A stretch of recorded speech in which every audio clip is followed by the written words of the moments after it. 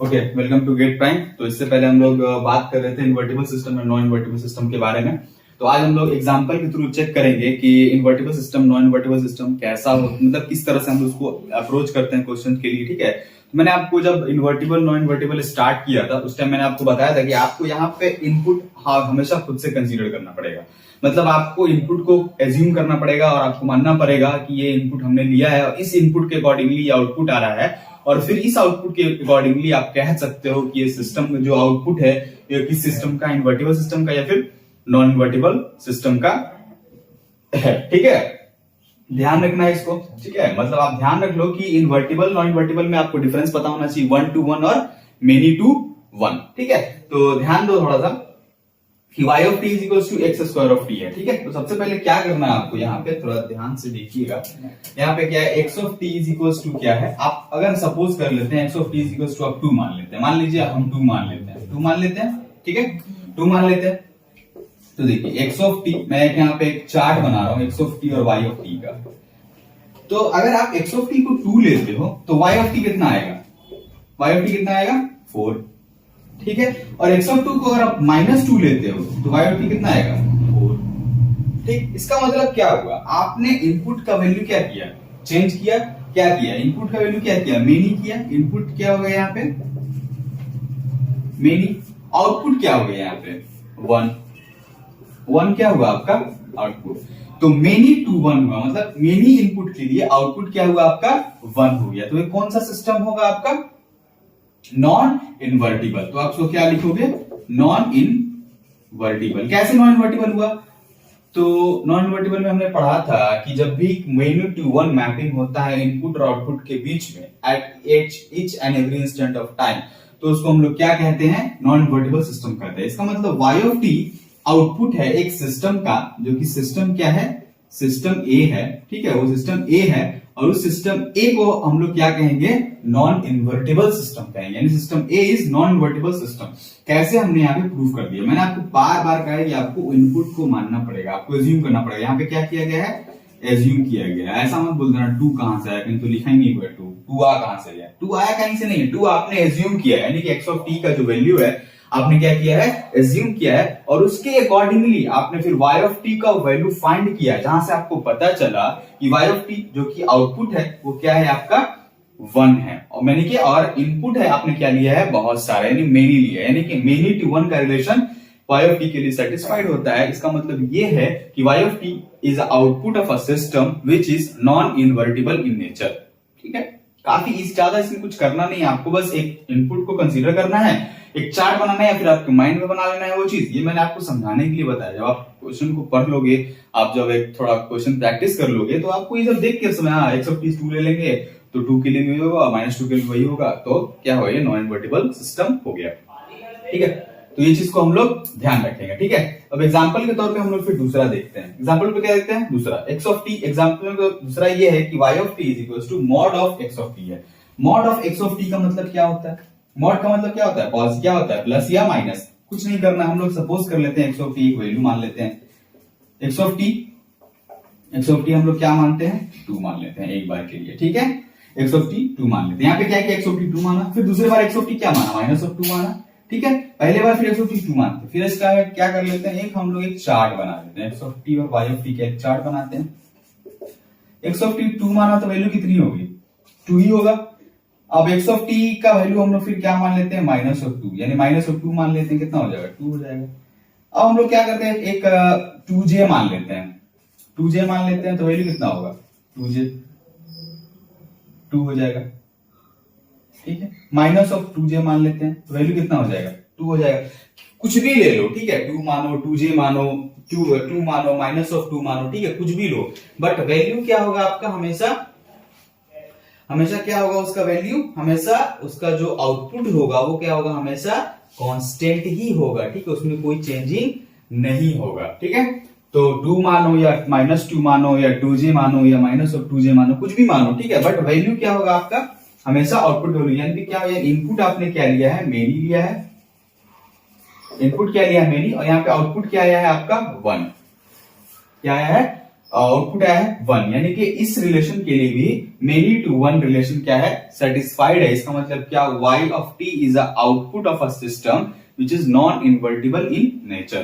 तो ये चीज है। आप क्या, आपने यहाँ पे 3 इनपुट लिया है, यहाँ पे लिख सकते हो समझने के लिए, x1 of t, x2 of t, x3 of t, x4 of t। ठीक है, इस सब चीज को आप समझने के लिए लिख सकते हो। उसके बाद आप एक चार्ट बना के देख लो, आप y ऑफ t निकाल के देख लो, आपको समझ में आ जाएगा कि y ऑफ t इन्वर्टिबल है या नॉन इन्वर्टिबल है, यानी मेनी टू वन है या वन टू वन सॉल्यूशन को ये क्या कर रहा है, दे रहा है।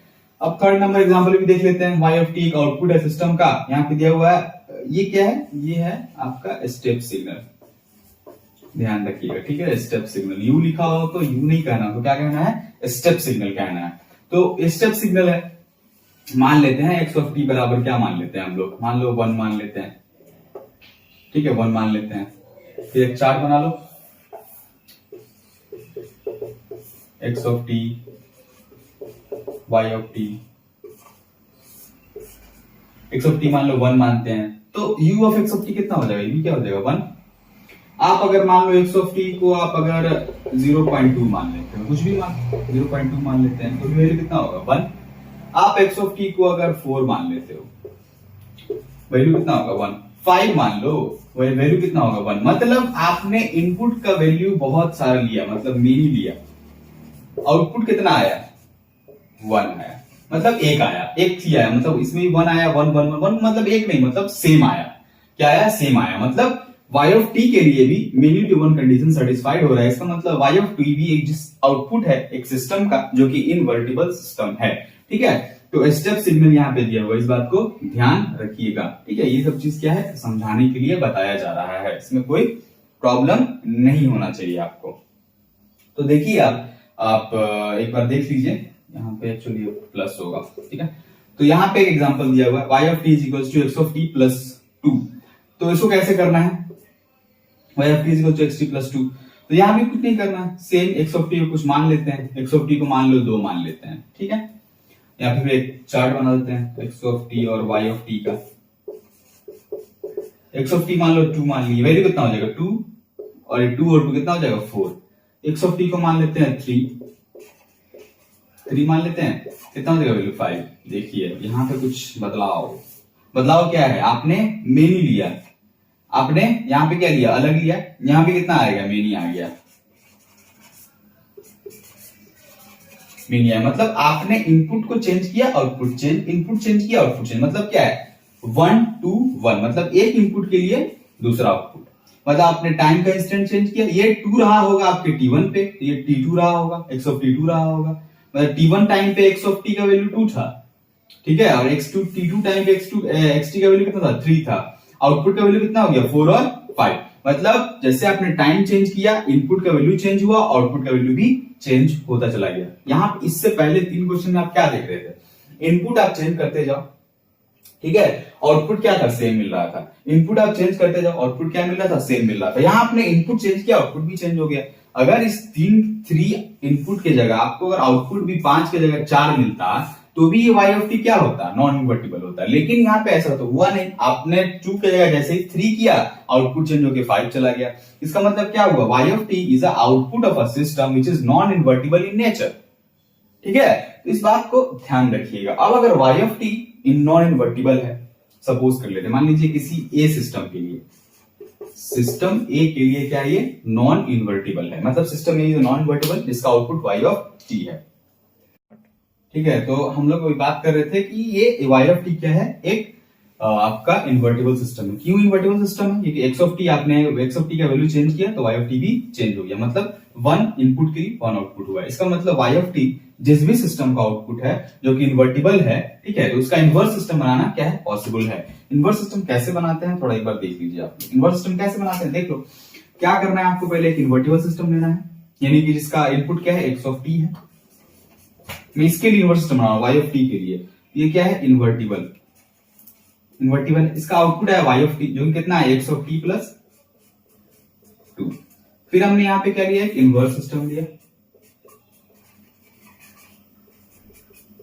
इन्वर्स सिस्टम का मतलब क्या होता है, इनपुट माइनस ऑफ 2 हो जाएगा, ठीक है, इनपुट क्या है यहाँ पे x ऑफ टी प्लस 2 है, तो क्या करो इसको x of T plus 2, input हुआ और माइनस कितना 2 से 2 कट जाएगा, बचा कितना x ऑफ टी, और यहाँ पे कितना था x ऑफ टी, तो यहाँ पे कुछ सिमिलरिटी आ रहा है, इन्वर्टिबल सिस्टम का जो इनपुट था वही इन्वर्स सिस्टम का आउटपुट हो गया। इसका मतलब क्या है, y ऑफ टी क्या है, इन्वर्टिबल सिस्टम है जिसका इन्वर्स सिस्टम बनाना पॉसिबल है। ठीक है, तो ये हुआ आपका इन्वर्टिबल नॉन इन्वर्टिबल के बारे में, जहां पे मैंने आपको बता दिया कि आपको x ऑफ टी का वैल्यू पुट करना पड़ेगा, मानना पड़ेगा खुद से, फिर आपको चेक करना पड़ेगा कि मेनी टू वन है, 1 to 1 है, ये सब चीज चेक करिए। उसके बाद एक चार्ट बना के, अभी फिलहाल स्टार्टिंग के लिए चार्ट बनाइए और उसके बाद उसको आप चेक कीजिए कि इन्वर्टिबल है नॉन इन्वर्टिबल है। अगर इन्वर्टिबल है तो आप उसका इन्वर्स बना के चेक कर लीजिए। इन्वर्स मतलब कि जो आपने इन्वर्टिबल का इनपुट दिया है क्या वही इन्वर्स सिस्टम का आउटपुट आ रहा है या नहीं आ रहा है, आ रहा है तो इन्वर्टिबल है। ये भी एक तरीका है चेक करने का, या तो फिर आप अपना x ऑफ टी लेगा तो कर ही सकते हो, जो कि सबसे इजीएस्ट मेथड है। उसके बाद ये सारे क्वेश्चंस मैंने बता दिए यहाँ पे आपको, जो कि मोर देन सफिशिएंट है, इससे ज्यादा कुछ बताने लायक इसमें है नहीं इन्वर्टिबल नॉन इन्वर्टिबल में। तो इसके बाद वाले क्लास में हम लोग डिस्कस करेंगे अच्छे से next system properties, that is stable and unstable, जहां पे हम लोग कुछ अच्छे अच्छे कॉन्सेप्ट्स को भी देखेंगे। फिलहाल आप तब तक इसको पढ़िए, रिवाइज कीजिए, कोई प्रॉब्लम होता है तो आप कमेंट सेक्शन में पूछ सकते हैं। तब तक के लिए थैंक यू।